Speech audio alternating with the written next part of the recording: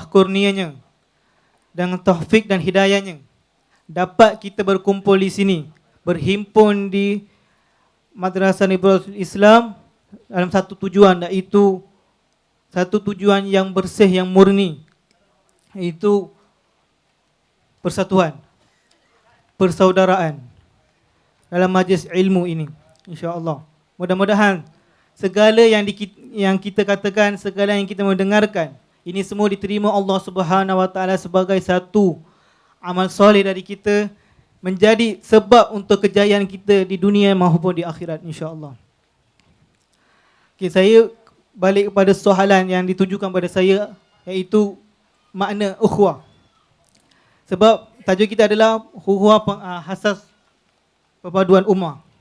Jadi wajarlah kita mengetahui dahulu apa itu ukhuwah sebelum kita lebih lanjut membahas tentang ukhuwah perpaduan ummah. Para panel kita, ustaz-ustaz yang lain, mereka mempunyai dalil-dalil hujah-hujah yang tersendiri untuk mentengahkan. Sebelum itu, kita akan mengenal dulu apa itu ukhuwah. Apa dikatakan dengan ukhuwah? Kalau kita memperhatikan dari segi bahasanya,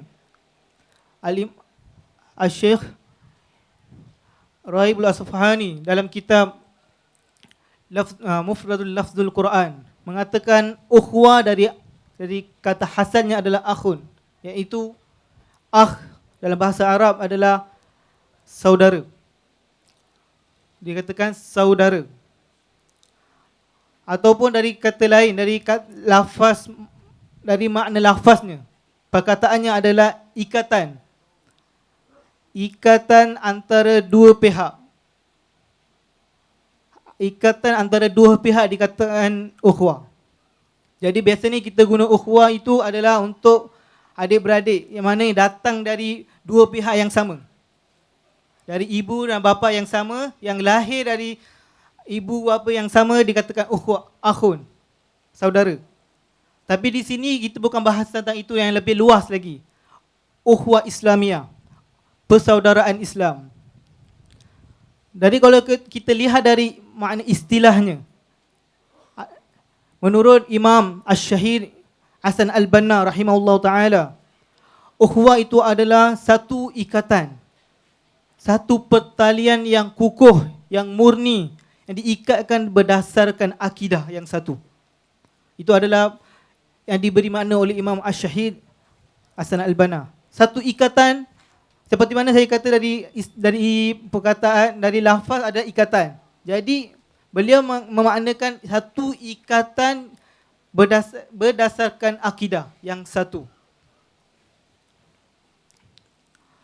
Jadi saya amat teruja dan amat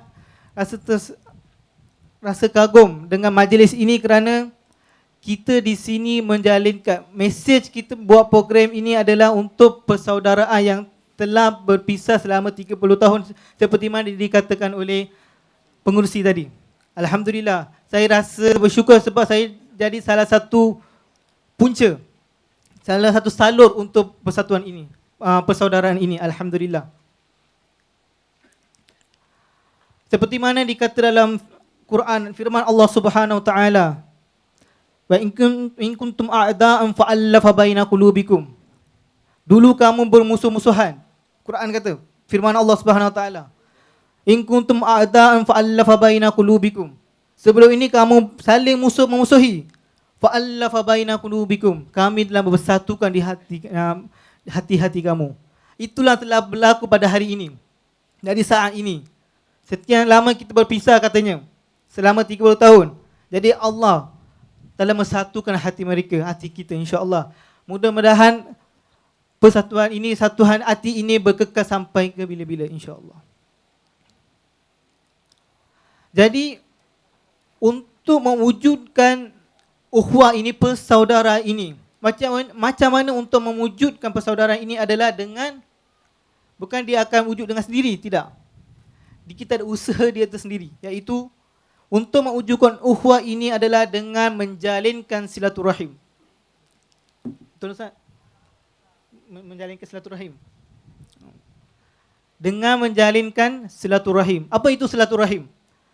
Dalam mengenal ukhuwah, kita wajar juga mengenal silaturahim. Sebab untuk mewujudkan ukhuwah itu adalah dengan menjalinkan silaturahim. Jadi wajarlah untuk kita mengenal sedikit apa itu silaturahim. Kalau kita teliti sedikit tentang silaturahim ini, silaturahim adalah dua perkataan bahasa Arab. Dua perkataan bahasa Arab, silaturahim. Silatun dari segi bahasa adalah hubungan. Silah. Wasala yusilu silatan. Hubungan. Jadi silatun adalah hubungan, rahim. Silaturahim. Jadi rahim itu apa? Kita kena tahu rahim itu apa. Rahim itu dari segi bahasa adalah kasih sayang. Rahim. Seperti mana kita tahu dalam ayat pertama di dalam Al-Quran. Kalau kita buka Al-Quran, kita dapati surah pertama adalah surah Al-Fatihah. Jadi ayat pertama dari surah Fatihah adalah Bismillahirrahmanirrahim. Dengan nama Allah yang Maha Pemurah lagi Maha Penyayang. Jadi Ar-Rahim, penyayang. Jadi dari segi istilahnya adalah jalinan hubungan kasih sayang antara manusia. Itu dinamakan silaturahim. Khususnya di antara orang mukminin, muslimin. Itu dinamakan silaturahim. Jika kita teliti tentang kasih sayang ini adalah satu perkara yang amat besar. Silaturahim, kasih sayang ini adalah suatu perkara amat besar, bukan remeh-temeh. Bukan satu perkara yang kecil, yang amat besar nilainya di dalam Islam, di dalam Quran. Kalau kita teliti Al-Quran itu sendiri. Cuba kita teliti sikit. Di dalam Al-Quran, kita dapati ada 114 surah. Betul Ustaz? 114 surah. 114 surah. Jadi kalau kita teliti sikit, kita buka minda kita tengok. Dalam 114 surah itu, 113 surah Allah memulakan surah itu. 113 surah dengan ayat Bismillahirrahmanirrahim. Betul? 113 surah Allah memulakan dengan Bismillahirrahmanirrahim. Kalau kita buka Al-Quran dapat benda tu. Jelas dalam Al-Quran, betul? Tidak dinafikan. Dan satu lagi surah di Bismillahirrahmanirrahim ini didapat di dalam pertengahan surah. Jadi cukup 114 kali Allah Subhanahu Wa Taala menyebut Bismillahirrahmanirrahim di dalam Al-Quran. Kenapa? Apa makna Bismillahirrahmanirrahim? Dengan nama Allah yang Maha Pemurah lagi Maha Mengasihani, Maha Penyayang. Jadi kenapa antara nama Allah yang banyak itu, seperti mana kita tahu innalillahi tis'ata wa tis'ina isman. Sesungguhnya Allah memiliki 99 nama. Seperti mana kita buat majlis Asmaul Husna, kita menyebut nama Allah Subhanahu Wa Taala 99 nama. Jadi antara 99 nama itu Allah memilih Ar-Rahman Ar-Rahim, Pemurah Maha Penyayang, dalam meletakkan di awal surah Bismillahirrahmanirrahim. Dengan nama Allah yang Maha Pemurah lagi Maha Penyayang. Kenapa? Allah begitu mengambil titik beratkan tentang kasih sayang itu. Itu Al-Quran. Jadi kita tengok pada Rasulullah, baginda Rasulullah sallallahu alaihi wasallam.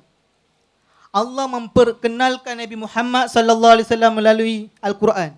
Mengenalkan baginda Rasulullah sallallahu alaihi wasallam kepada kita di dalam Quran dengan apa? Wa ma arsalnaka illa rahmatan lil alamin. Tidaklah kami mengutuskan Nabi Muhammad sallallahu alaihi wasallam melainkan sebagai rahmat untuk sekalian alam. Apa itu rahmah? Ar-Rahim asalnya adalah rahmah, kasih sayang. Anugerah, kasih sayang. Jadi Rasulullah itu sendiri pun Allah mengenalkan dengan rahmah, kasih sayang. Jadi kita meneliti tentang Al-Quran.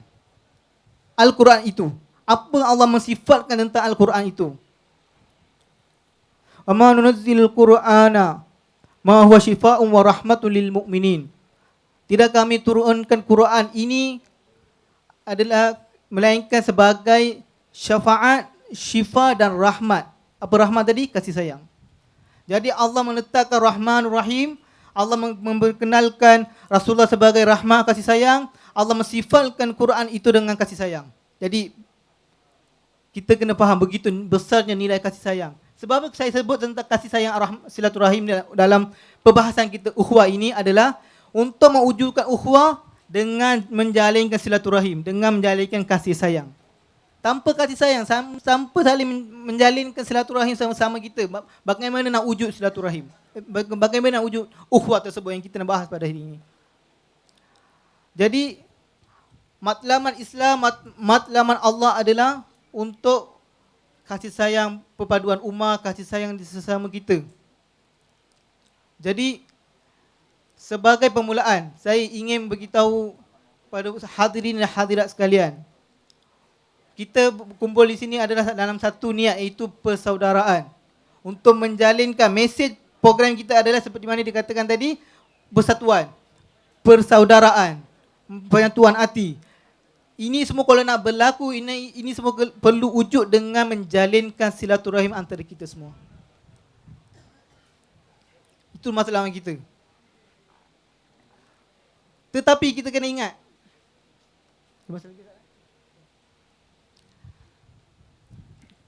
tapi pada masa yang sama kita kena ingat usaha syaitan itu.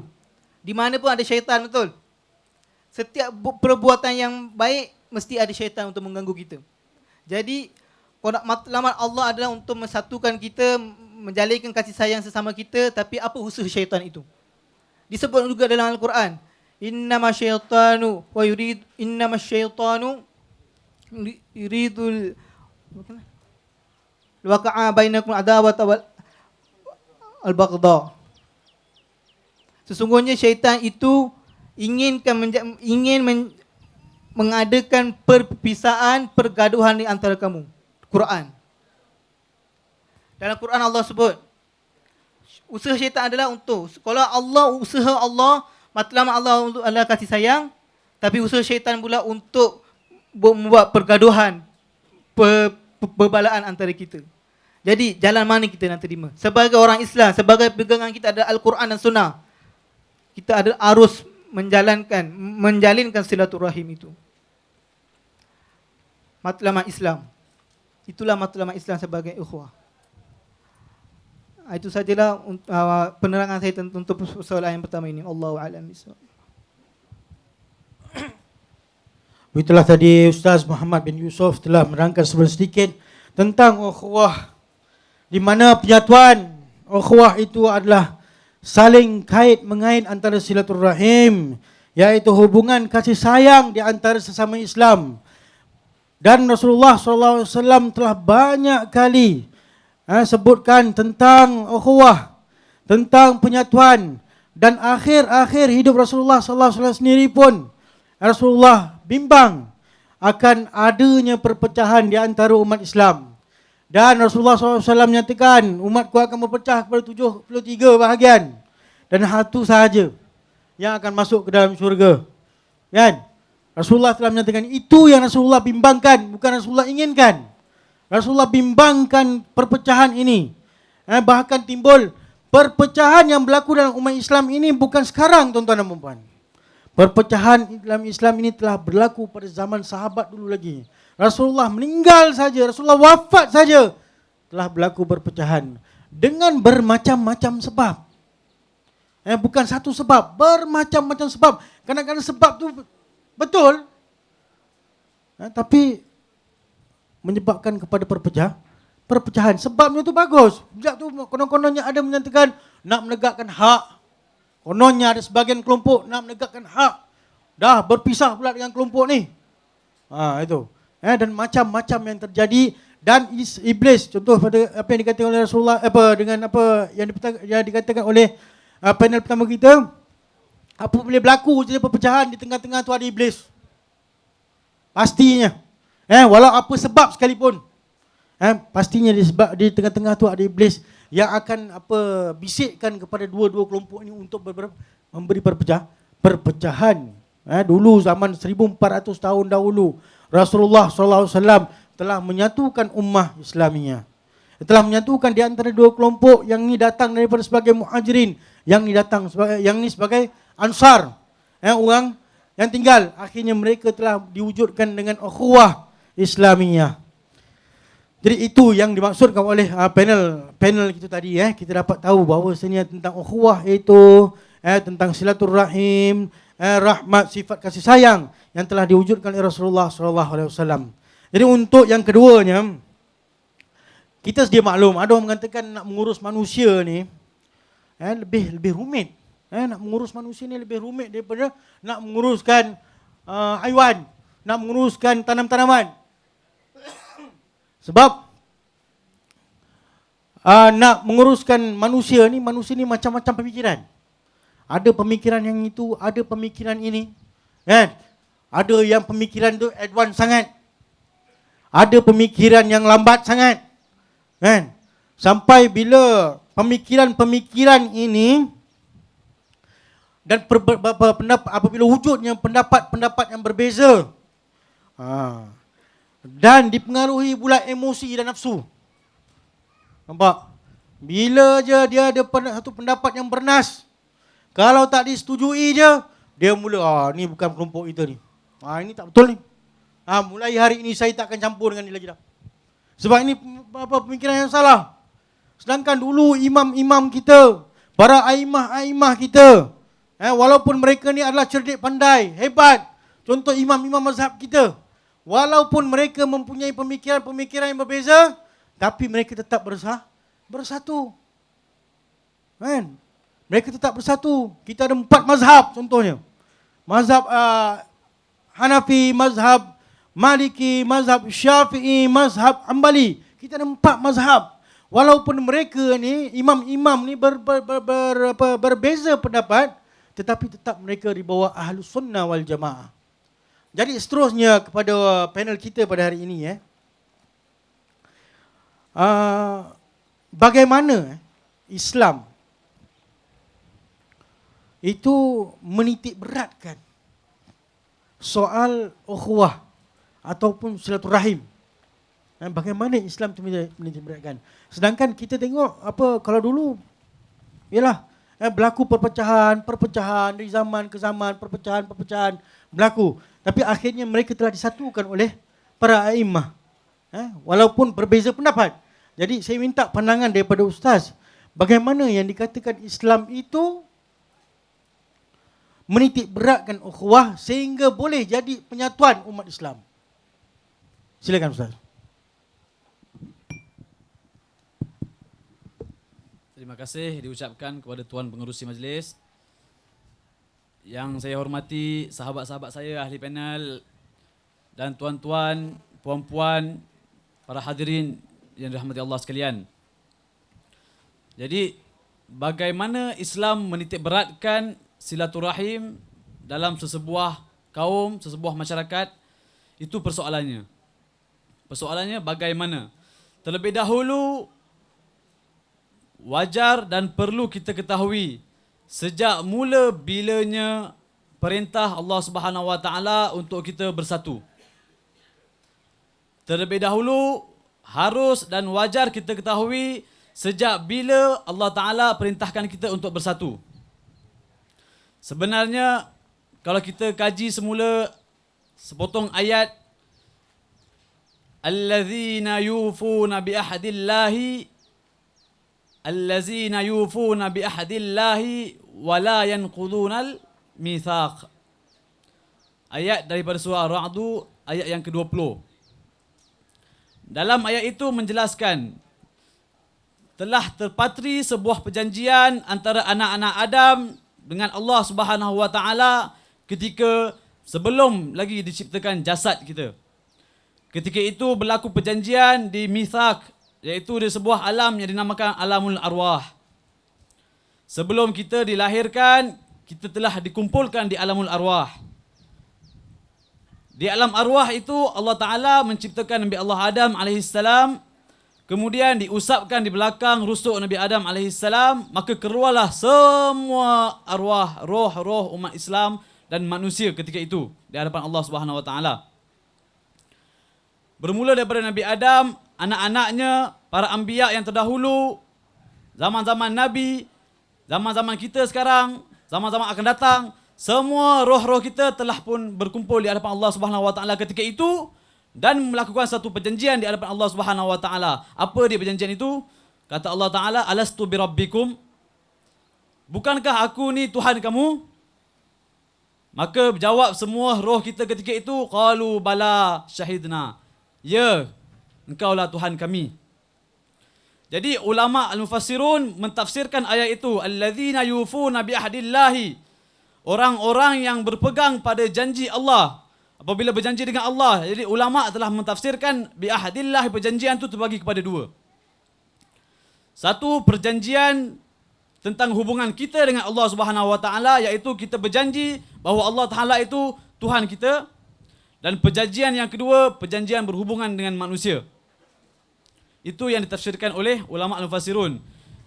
Jadi secara ringkasnya kita dah tahu kita ni dah berjanji depan Allah Subhanahu wa taala yang mana kita akan mengesahkan Allah Subhanahu wa taala dan kita akan jaga hubungan kita sama manusia. Itu yang dinamakan hari ini dengan sebutannya ukhuwah.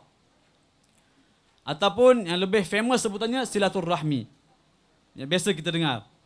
Jadi perjanjian itu dah bermula daripada kita di alam arwah. Selepas alam arwah, kita pula melalui satu lagi alam, iaitu alamul arham. Iaitu ketika mana itu kita di dalam kandungan ibu kita. Itu alam kedua kita, alamul arham. Dan alam ketiga barulah alamul dunia, ketika mana kita dilahirkan ke atas muka bumi ini. Jadi peristiwa yang berlaku di alamul arwah itu memberi kesan yang sangat besar sehingga ke hari ini dan sehingga ke akhir zaman. Di mana ketika itu lagi Allah dah tahu dah. Ada roh-roh yang berjanji setia, memang betul-betul dia berjanji. Ada yang berjanji ketika itu saja-saja je lepaskan diri, berjanji ketika itu. Itu puncanya bila hari ini berlaku perpecahan. Bila kita fikir semula, bila kita dah berjanji dengan Allah Subhanahu wa taala, kenapa berlaku lagi perpecahan dekat sini? Sebab dari ketika itu lagi ada roh-roh yang berjanji bukan dengan sungguh-sungguh, tapi berjanji kerana buat lepas syarat, orang kata. Jadi di ayat yang seterusnya Allah Taala berfirman lagi, wallazina yasiluna ma amarallahu bihi an yusala wa yakhshawna rabbahum wa yakhafuna su'al hisab. Dan orang-orang yang menyambungkan apa yang diperintahkan oleh Allah Subhanahu wa taala untuk disambungkan. Apa yang Allah Taala suruh kita sambungkan? Tidak lain tidak bukan Allah Taala memerintahkan kita untuk menyambungkan silaturrahmi. Ukhuwah silaturrahmi itu yang Allah Taala suruh kita sambungkan. Dan orang-orang ayat seterusnya Allah Taala berfirman, orang-orang yang menyambungkan apa yang diperintahkan oleh Allah untuk disambungkan, iaitu silaturrahmi, mereka itulah wa yakhshawna rabbahum, mereka itulah orang-orang yang takut, sebenar-benar takut akan Allah Subhanahu wa taala. Jadi orang-orang yang berusaha untuk menyambungkan silaturahim hari ini, roh mereka yang dulu bersungguh-sungguh berjanji dengan Allah Taala. Maka roh-roh yang janji tak sungguh-sungguh tu, mereka yang akan buat perpecahan di muka bumi hari ini. Wa yakhshawna rabbahum, dan merekalah orang yang bersungguh-sungguh takutkan akan Allah Subhanahu wa taala. Wa yakhafuna su'al hisab, dan mereka takutkan balasan Allah pada hari akhirat nanti. Kerana mereka sedar perjanjian yang mereka buat ketika di alam arwah merupakan satu perjanjian yang besar.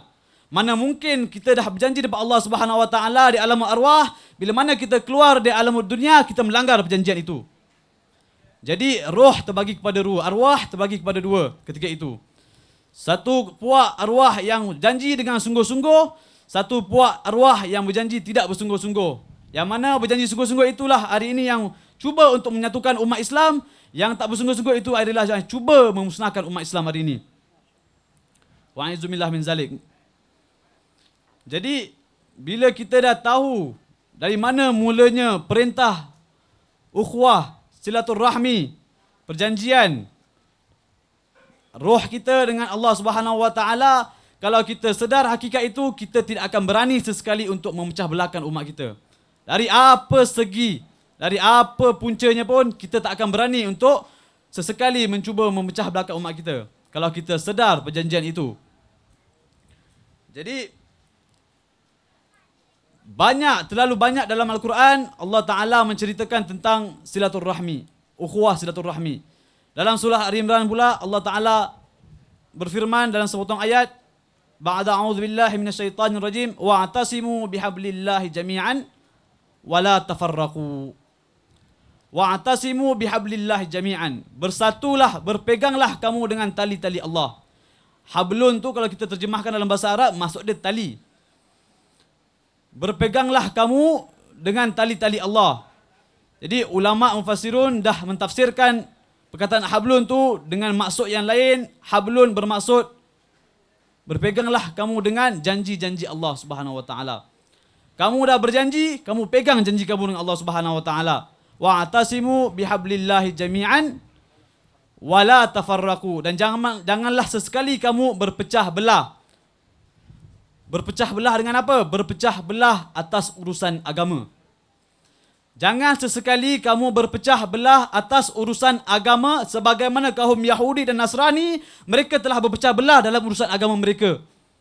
Kerana itu hari ini kita tengok mereka sedar itu kesilapan mereka dan mereka cuba pengaruhi umat Islam dengan kesalahan yang mereka telah buat, iaitu berpecah belah dalam urusan agama. Sebab itu hari ini kalau kita tengok usaha demi usaha yang dilakukan oleh puak-puak Yahudi dan Nasrani untuk memecah belahkan umat Islam, mudah saja. Diorang main saja dekat ukhuwah umat Islam ni. Diorang goyangkan sedikit ukhuwah umat Islam, mereka tahu umat Islam akan berpecah. Sebab apa? Sebab mereka dah berpecah dulu sebelum ini dengan keretakan ukhuwah mereka. Jadi kerana itu firman yang berbunyi wa'tasimu bihablillahi jami'an wala tafarraqu, jangan sesekali kamu berpecah belah sebagaimana Yahudi dan Nasrani telah berpecah belah. Jadi saya teringat satu kisah yang berlaku di zaman Nabi Musa AS, iaitu kisah di antara Nabi Musa AS dan saudaranya Nabi Allah Harun AS. Ketika mana Nabi Allah Musa AS ingin naik ke Jabal Tur Sina untuk mendapatkan Taurat daripada Allah Subhanahu Wa Taala, jadi Nabi Allah Harun ni serahkan kaum Bani Israel ni kepada saudaranya Nabi Allah Harun AS. Dia pesan kepada Nabi Allah Harun AS, tolong jagakan kaum aku ni, Bani Israel ni, sementara aku naik ke Bukit Tur Sina menerima Taurat daripada Allah Subhanahu Wa Taala. Maka Nabi Allah Harun AS pun terima dan Nabi Allah Musa naik ke gunung Jabal Tur Sina untuk menerima Taurat daripada Allah Subhanahu Wa Taala. Jadi umat Bani Israel ketika itu, umat Nabi Musa tunggu Nabi Allah Musa ni tak turun-turun daripada gunung. Jadi dah mula bergoyang dah ukhuwah mereka, akidah mereka ketika itu, kaum Bani Israel. Ada yang kata Nabi Allah Musa ni dah tipu kita lah, dah lama sangat tunggu tak turun-turun. Ada yang kata kita punya agama ni tak betul lah, Nabi yang bimbing kita tiba-tiba hilang. Diorang dah mula goyang, ukhuwah mereka dah mula retak ketika itu. Diorang dah mula sembah sebuah lembu, anak lembu, dinamakan Samiri. Jadi Nabi Allah Harun ni yang diamanahkan oleh Nabi Allah Musa ni takut nak menghalang. Dia takut nak menghalang, dia biarkan. Jadi semua Bani Israel ketika itu yang dah beriman pada awalnya syirik semula dengan Allah Subhanahu Wa Taala dengan menyembah lembu itu. Anak lembu yang dinamakan Samiri. Jadi ketika mana Nabi Allah Musa setelah sekian lama ada betapa di atas Tur Sina tu mendapatkan Taurat dari Allah Taala, turun daripada gunung Tur Sina, dia tengok kaum dia ni semua dah sesat. Sedangkan masa dia naik tu semua beriman. Bila dia turun semua dah sesat. Jadi dia jumpa saudara dia Nabi Allah Harun AS ni, dia kata, "Ya bena ummah, wahai anak ibuku," dia kata. Kalau dalam bahasa Malayalam mungkin bunyi dia endo man dan mone. Lebih kurang bunyi dia. Sebab Nabi Allah Musa dan Nabi Allah Harun adik-beradik, mak yang sama, ayah yang lain. Jadi mungkin begitulah bunyi dia, endo man dan mone. Wahai anak ibuku, ya bena ummah, dia kata kan. Jadi dia kata, ma mana'aka idh ra'aituhum dhallu. Kenapa engkau tengok je diorang ni sesat, dia kata kan? Kenapa engkau tengok je diorang ni sesat? Kenapa engkau tak cuba untuk tarik diorang ni beriman kepada Allah? Kenapa engkau biarkan diorang sesat ni? Nabi Allah Musa ketika itu dah marah dah. Jadi Nabi Allah Harun jawab semula kepada Nabi Musa. Apa yang dia jawab? Dia jawab, dia panggil semula Nabi Allah Musa dengan panggilan yang sama. Ya bena ummah. Adik-beradik, sama mak, bapak je lain. Ya bena ummah, dia kata. La ta'khuzu lihiyati wala la ta'khuzu ra'si wala lihiyati. Kerana ketika itu Nabi Allah Musa dah terlalu marah, jadi dia pegang kepala Nabi Allah Harun ni dan pegang rambut, pegang janggut, goncangkan kepala Nabi Allah Harun ni. Dia pegang rambut, pegang janggut, dia goncangkan kepala Nabi Allah Harun. Dah terlalu marah. Jadi Nabi Allah Harun jawab, ya bena ummah, la ta'khuzu ra'si wala lihiyati. Janganlah engkau tarik rambut aku, janganlah engkau tarik janggut aku. Fa inni khasyitu an taqula li farraqta baina bani Israil fala tarkubu qawli. Jadi Nabi Allah Harun jawab, janganlah engkau tarik rambut aku, jangan tarik janggut aku. Aku takut bila aku tarik diorang, ketika itu diorang akan berpecah. Kalau aku tarik diorang beriman, ketika itu mereka akan berpecah sebab engkau tak ada kat sini. Engkau jumpa Allah Subhanahu Wa Taala di atas gunung. Bila aku tarik diorang, confirm mereka akan berpecah. Bila mereka berpecah, sebahagian ikut aku, sebahagian lagi ikut yang sana, akan berlaku pertumpahan darah. Jadi aku takut bila kau datang, kau akan cakap, engkau telah pecahkan kaum aku, Bani Israel ni. Jadi, apa yang kita nampak dalam cerita ni? Nabi Allah Harun AS, dia takut untuk tarik Bani Israel ni sebab dia takut mereka akan berpecah di kalangan mereka sendiri. Sebab tu Nabi Allah Harun diamkan dulu, tunggu Nabi Allah Musa AS turun. Jadi bila Nabi Allah Musa turun, Nabi Allah Musa berusaha semula untuk tarik yang kufur tadi semua beriman kepada Allah Ta'ala. Jadi yang kita nak ambil dari cerita ini ialah pendapat Nabi Allah Harun AS ketika itu, tafriqul umam min a'zamil atham. Kan? Berlakunya perpecahan di kalangan umat merupakan satu dosa yang terlalu besar. Sebab tu dia tak berani nak tarik Bani Israel ni, sebab kalau dia tarik, confirm akan berpecah. Jadi dia biarkan dulu. Itu strategi dia. Jadi masalah kita hari ni apa? Masalah kita yang berlaku di kalangan masyarakat kita hari ni, kita tak jelas apa yang dinamakan ukhuwah dan apa yang dinamakan dengan silaturrahmi. Kita tak jelas. Itu masalah utama kita. Kalau kita semua jelas dengan maksud dia, kita faham konsep yang dianjurkan oleh Islam tentang ukhuwah dan silaturahmi, saya garanti tak akan ada umat Islam, baik dalam puak yang kecil atau puak yang besar, berpecah sama sendiri. Ramai orang hari ini berfikiran silaturahmi ialah sekadar membalas jasa. Itu satu pemikiran yang salah.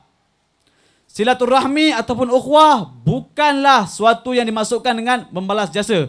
Bila orang tolong kita hari ini, besok kita kena tolong dia. Kalau hari ni orang doakan kita, besok kita kena doakan dia. Sebagai membalas jasa. Hari ni orang bagi kita hadiah, besok kita kena bagi orang tu hadiah. Itu yang dinamakan silaturahmi. Mereka berfikiran begitu. Itu satu pemikiran yang salah. Silaturahmi yang dianjurkan oleh Islam ialah apabila hendak berlaku suatu perpecahan, mula nak berlaku perpecahan, dia cuba defend.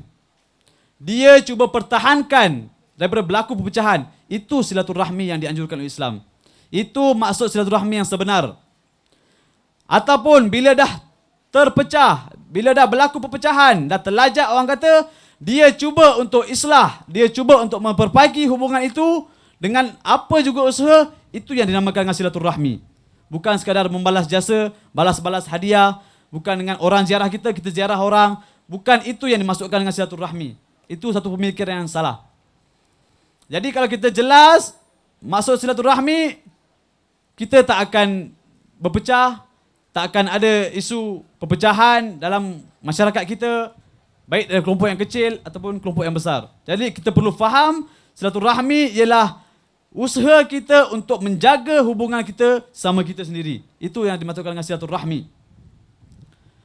Jadi saya rasa jelas apa yang dimaksudkan dengan silaturahmi, konsep Islam dalam silaturahmi yang sebenar itulah dia. Jadi saya rasa saya sudahi dengan itu dulu. Haza wa billahi taufik. Serahkan kepada Tuan Mengerusi Majlis. Terima kasih diucapkan kepada Ustaz Khalid dengan penerangan beliau berkenaan dengan bagaimana Islam itu menitik beratkan silaturahim atau ukhuwah. Maknanya di situ apa yang kita dapat bahawasanya perpaduan yang dipupuk ataupun ukhuwah yang dipupuk adalah di atas dasar satu, iaitu keesaan kita kepada Allah Subhanahu Wa Taala. Matlamat kita adalah satu, iaitu hendak menyembah Allah Subhanahu Wa Taala. Matlamat kita adalah satu, iaitu ketakwaan kita kepada Allah Subhanahu Wa Taala. Dan kita dulu pernah berbaiat kepada Allah Subhanahu Wa Taala bahwasanya kita ni akan sentiasa menyembah Allah Subhanahu Wa Taala dan menyatakan Allah itu adalah Rabb. Tapi malangnya sekarang ni apa yang telah kita katakan tidak dikotakan apabila kita hidup di muka bumi ini.